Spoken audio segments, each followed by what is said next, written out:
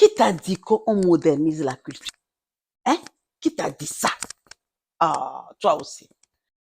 Dans les fonds fins de village, dans mon pays, même fin, même là où tu ne penses même pas qu'il y a une vie là-bas, il y a les téléphones. Je vais pas dire. Donc, de quelle manière tu veux? Eh bien, nous allons en parler. Tu vois, je voulais pas vraiment, mais je vais te raconter une histoire. L'histoire d'une. Maintenant, quand elle est venue, ce qui s'est passé au village, c'est pas pareil. Vous voyez, en ville, tout va bien, tout est moderne. Euh, Quand elle marchait, elle voit des immeubles, elle s'arrête, elle regardait. Même des fois, tu dis, mais viens, on va y aller. C'est quoi? Pourquoi tu n'étais pas fait pour construire ça? Parce qu'elle n'a pas vu. Elle n'a jamais vu. Elle a grandi au village et elle est revenue. Quand elle est venue en ville, et elle est venue en ville. Et elle a beaucoup bossé. Et j'ai admiré cela parce que, écoute, il y a des gens qui travaillent et qui ont, vous voyez, une femme de bonne, vous savez ce qu'on appelle bonne, une des filles, les bonnes là, qui font, ça s'appelle comment encore, femme de ménage, mais logée, une argent. Comment elle a fait pour économiser ça? Sérieux, cette fille-là, tu lui donnes un franc ou tu lui donnes un billet d'argent, tu marques, mais tu ne lui fais pas comprendre que tu as fait une marque dessus. C'est que c'est de savoir si vraiment elle te rendra le vrai billet là. Marque dessus quelque part. Tu peux faire un gribouillage quelque part sans qu'elle le sache. Tu lui donnes ça, 10 ans après, tu reviens, c'est le même billet qu'elle te donne. Il n'y a jamais des gens comme ça. Hein. Ça n'existe pas. Hein. On est d'accord? OK. Maintenant, la fille a travaillé comme la responsabilité de garder ses petits. Et elle allait lui donner jusqu'à même beaucoup d'années. Elle a grandi. Et en plus, la famille où elle vivait l'a envoyée à la couture, en couture. Elle a fait la couture. Elle a eu son famille.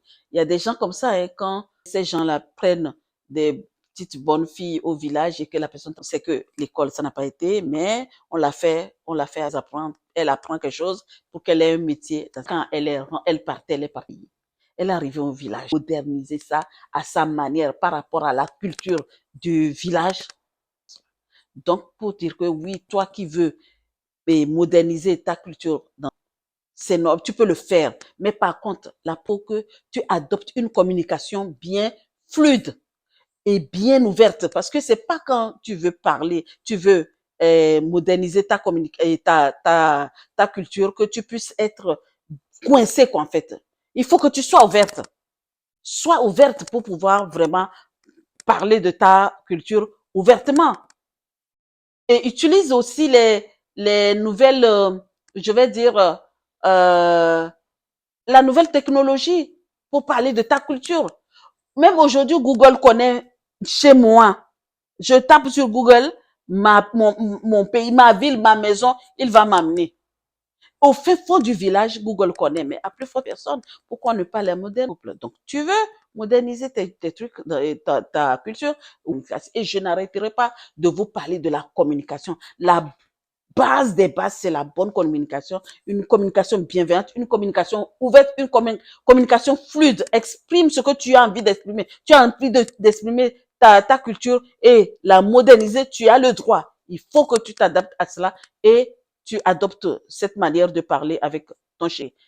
Et puis, il faut toujours, ou je vais dire, revisiter sa culture, sa tradition d'une autre manière. Si bon, allez, je donne un exemple. Dans ta culture, tu veux faire, par exemple, Akume qu'on fait là, comme ça, là, on tourne là. On sait qu'on le fait dans un faitout qui est rond et ainsi de suite pour que ça puisse bien prendre et ainsi de suite quand tu tournes. Tu n'as pas ce faitout chez toi, en France, tu es Akume. Tu vas faire ou pas? Tu vas faire sur la plaque, leur plaque là. Ce n'est pas le bois ou toi ou charbon tu as mis. Tu es obligé de faire, même les plaques céramiques, tu es obligé de cuisiner. Électrique, oui, oui, oui, oui. OK? Et il faut que tu partages. Il faut bien partager avec ton chéri. Il faut qu'il y ait des bons partages, des expériences. Partagez vos expériences ensemble. Il faut que ça soit toujours, mais il faut mettre les choses sur le tapis, ne pas dire que oui, ben c'est ma culture, je ne vais pas partager avec mon chéri parce que lui, c'est pas sa culture. N'oublie pas que quand vous allez avoir les enfants, Tu veux moderniser ta culture? Mais il faut partager.